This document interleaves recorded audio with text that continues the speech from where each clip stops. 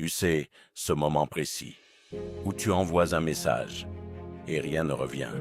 Pas de réponse, pas de réaction, pas même un signe que tu existes. Et là, doucement, quelque chose s'installe en toi. Le doute, la frustration, peut-être même une forme de douleur silencieuse. Tu te demandes, qu'est-ce que j'ai fait de mal? Pourquoi il m'ignore? Est-ce que je compte si peu? Regarde-moi bien. Ce que tu ressens est humain. Mais ce que tu fais ensuite, c'est là que tout change. Parce que la plupart des gens, à ce moment précis, font exactement l'inverse de ce qu'ils devraient ne faire. Ils poursuivent, ils insistent, ils se justifient, ils quémandent de l'attention. Et sans s'en rendre compte, ils abandonnent leur pouvoir. Aujourd'hui, je vais te montrer autre chose. Une voie différente. Une voie ancienne, puissante, intemporelle. La voie du stoïcisme. Imagine un instant que tu es Marc Aurèle, un homme qui dirigeait un empire entier et qui pourtant écrivait ceci dans ses pensées privées. Tu as pouvoir sur ton esprit, pas sur les événements extérieurs. Comprends bien ça. Quand quelqu'un t'ignore, ce n'est pas l'événement qui te détruit. C'est l'interprétation que tu en fais. Le stoïcien ne demande pas pourquoi il m'ignore. Il demande qu'est-ce qui dépend de moi ici. Et la réponse est simple. Pas leur comportement, pas leur attention, pas leur validation, seulement toi. Alors laisse-moi te poser une question directe. Pourquoi leur silence te dérange autant? Prends un instant. Sois honnête. Est-ce que c'est parce que tu attends quelque chose d'eux? De la reconnaissance, de l'intérêt, une confirmation que tu es important? C'est là que réside le piège. Parce que dès que ton bien-être dépend de quelqu'un d'autre, tu deviens vulnérable. Le stoïcisme t'enseigne une règle simple et brutale. Ne place jamais ton bonheur entre les mains de quelqu'un qui ne le contrôle pas. Maintenant, écoute attentivement ce que tu dois faire. Pas théoriquement, concrètement. Première chose, arrête immédiatement de courir après. Oui, je sais. Ton instinct te dit de relancer, de clarifier, de réparer la situation. Mais ce réflexe n'est pas de la force, c'est de la dépendance. Épictète disait, ce qui trouble les hommes, ce ne sont pas les choses, mais les jugements qu'ils portent sur les choses. Leur silence n'est qu'un fait. C'est toi qui lui donnes une signification. Quand tu cours après quelqu'un qui t'ignore, tu confirmes inconsciemment que leur attention a plus de valeur que ta propre dignité. Et ça, un stoïcien ne l'accepte pas. Deuxième chose, reprends ton centre, respire, observe ce qui se passe en toi sans jugement. Tu ressens de la frustration, c'est normal. Tu ressens de la colère, c'est humain. Tu ressens de la tristesse, c'est légitime. Mais tu n'es pas ces émotions. Tu es celui qui les observe. C'est ça, la discipline intérieure. Ne pas nier ce que tu ressens, mais ne pas te laisser diriger par ça. Troisième chose, change complètement de perspective. Et si leur silence n'était pas une attaque contre toi, mais simplement une information claire, une information précieuse. Ils ne sont pas disponibles, ils ne sont pas intéressés, ou ils ne te priorisent pas. Et devine quoi? C'est parfaitement acceptable. Le problème n'est pas qu'ils t'ignorent. Le problème, c'est que tu refuses d'accepter ce que leur comportement te dit. Le stoïcien, lui, accepte la réalité telle qu'elle est, sans résistance, sans illusion. Quatrième chose, réinvestis ton énergie là où elle a du sens. Chaque minute que tu passes à analyser leur silence est une minute que tu n'investis pas en toi. Travaille sur ton corps, travaille sur ton esprit, travaille sur tes objectifs. Deviens quelqu'un qui n'a pas besoin d'être validé parce qu'il est déjà aligné avec lui-même. Je vais être honnête avec toi. Quand tu deviens cette personne, quelque chose de paradoxal se produit. Les gens commencent à te remarquer. Pas parce que tu les poursuis, mais parce que tu n'en as plus besoin. Et ça, c'est puissant.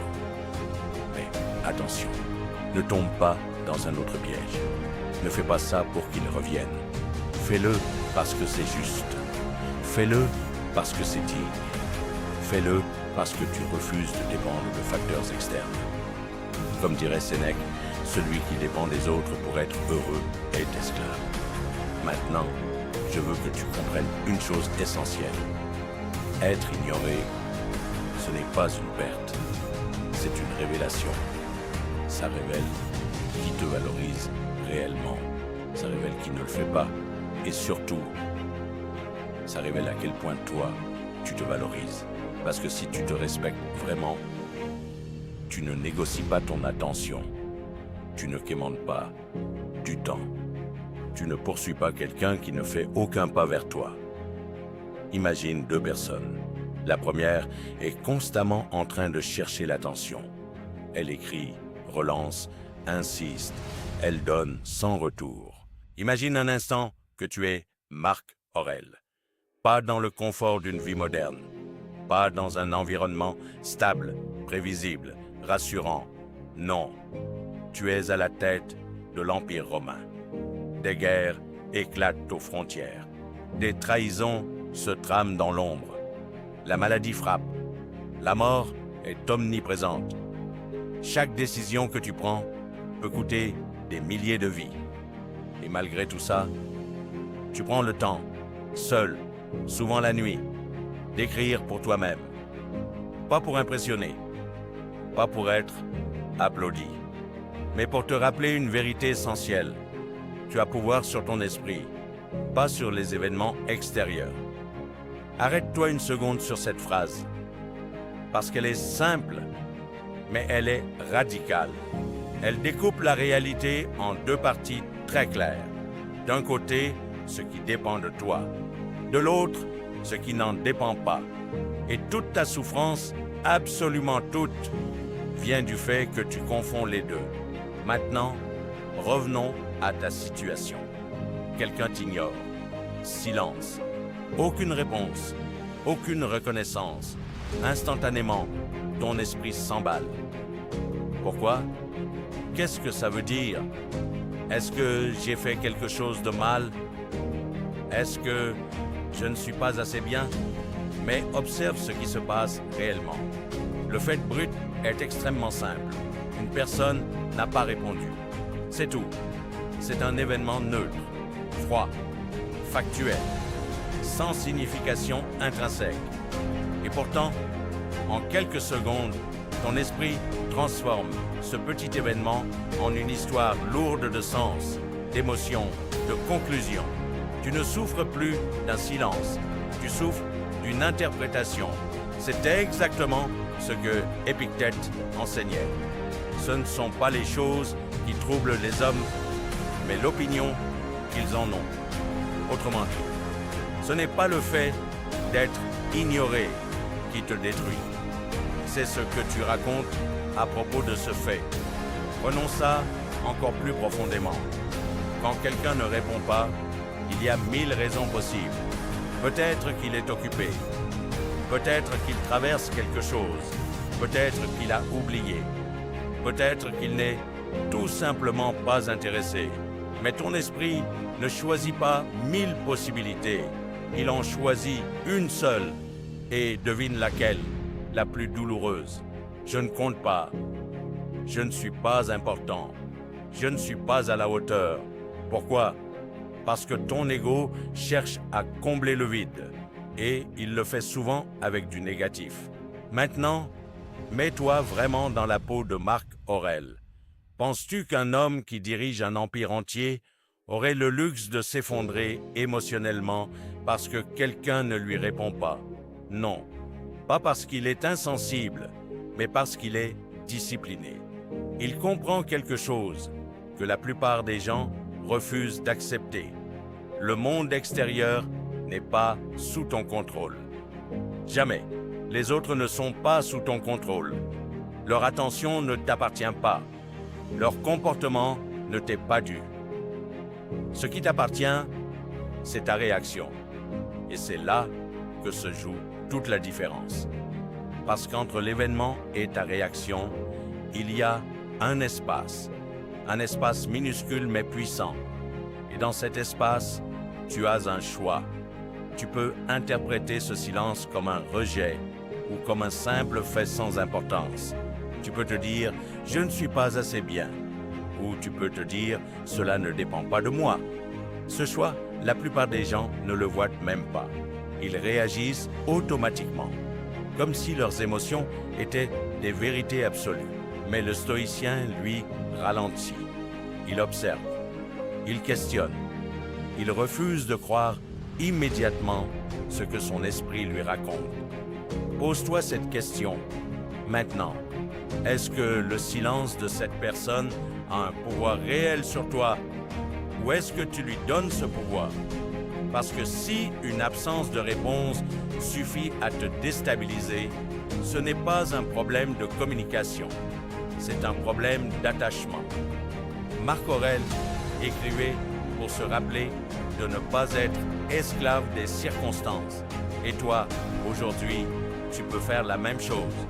Tu peux décider que ton état intérieur ne dépendra plus du comportement imprévisible des autres. Tu peux décider que ton calme, ta clarté, ta stabilité ne seront plus négociables.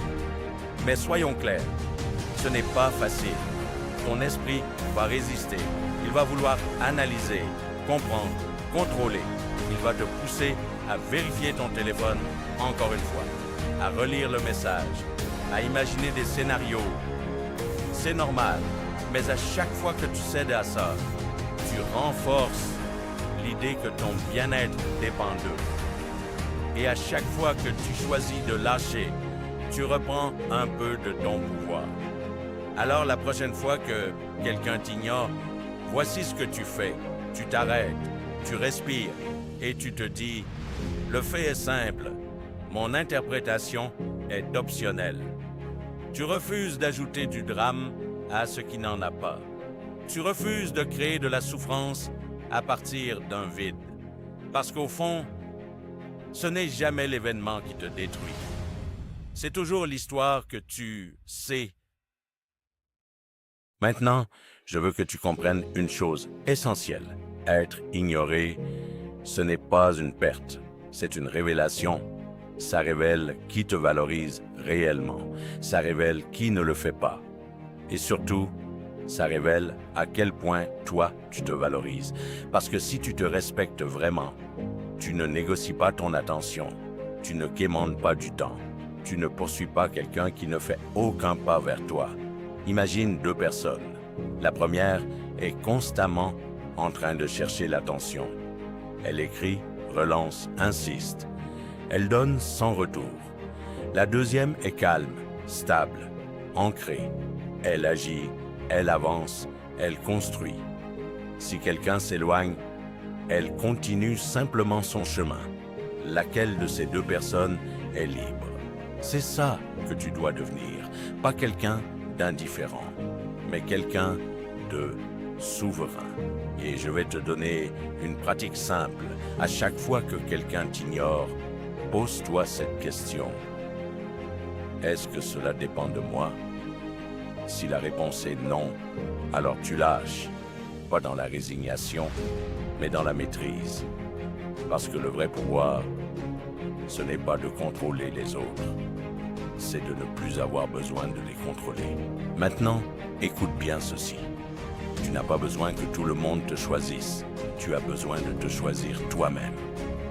Encore et encore, même quand c'est inconfortable, même quand c'est difficile, même quand ton ego te pousse à courir après.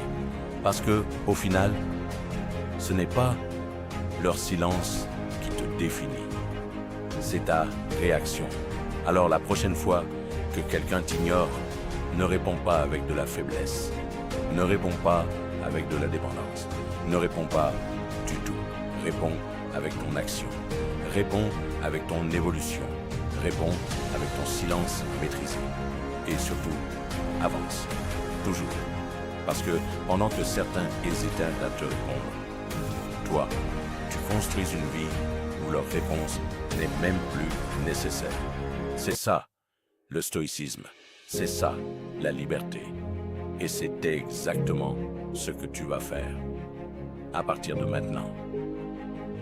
Dites-moi en commentaire. N'oubliez pas de liker et de vous abonner à la chaîne. Activez la cloche pour ne rien manquer. À très bientôt pour une nouvelle vidéo Stoïcisme.